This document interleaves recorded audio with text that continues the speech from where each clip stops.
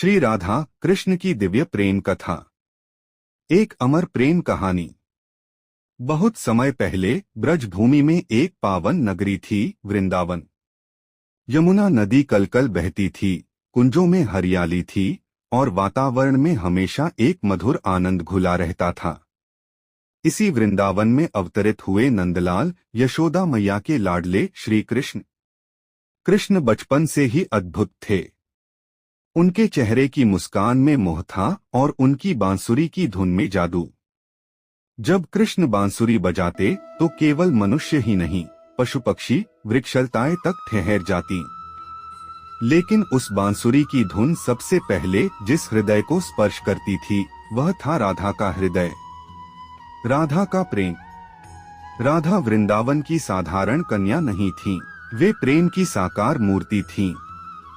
राधा का प्रेम किसी इच्छा से नहीं, किसी अपेक्षा से नहीं, बल्कि पूर्ण समर्पण से भरा हुआ था। जब कृष्ण राधा को देखते तो ऐसा लगता मानो आत्मा ने अपनी ही छाया को देख लिया हो। कहा जाता है, राधा के बिना कृष्ण अधूरे हैं और कृष्ण के बिना राधा का अस्तित्व नहीं। कुंज गलियों में, यमुना के तट पर, चांदनी रातों में रास रचाते हुए कृष्ण और राधा का प्रेम धीरे धीरे पूरे ब्रज में फैल गया। पर यह प्रेम संसार जैसा नहीं था।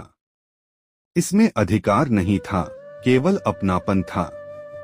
इसमें वचन नहीं थे, केवल विश्वास था। रासलीला और गोपियों का प्रेम। कृष्ण की रासलीला केवल नृत्य नहीं थी, वह प्रेम का उत्सव था। हर गोपी को लगता था कि कृष्ण केवल उसी के हैं, पर सच्चाई यह थी कि कृष्ण सबके थे और सब कृष्ण के।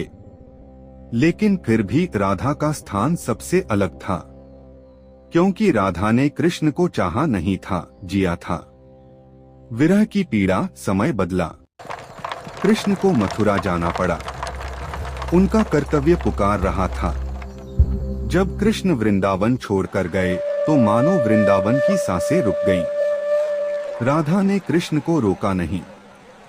उन्होंने आंसू छुपा लिए, दर्द को मुस्कान में बांध लिया, क्योंकि राधा जानती थीं, जो प्रेम बांधता है वह प्रेम नहीं। राधा का हर दिन कृष्ण की प्रतीक्षा में बीतता। हर हवा में उन्हें कृष्ण की आहट सुनाई देती। हर बांसुरी की कल्पना में उनका हृदय भर आता। लोग कहते हैं कृष्ण लौटे नहीं, पर सच्चाई यह है कि कृष्ण कभी गए ही नहीं। वे राधा के हृदय में सदा बसे रहे।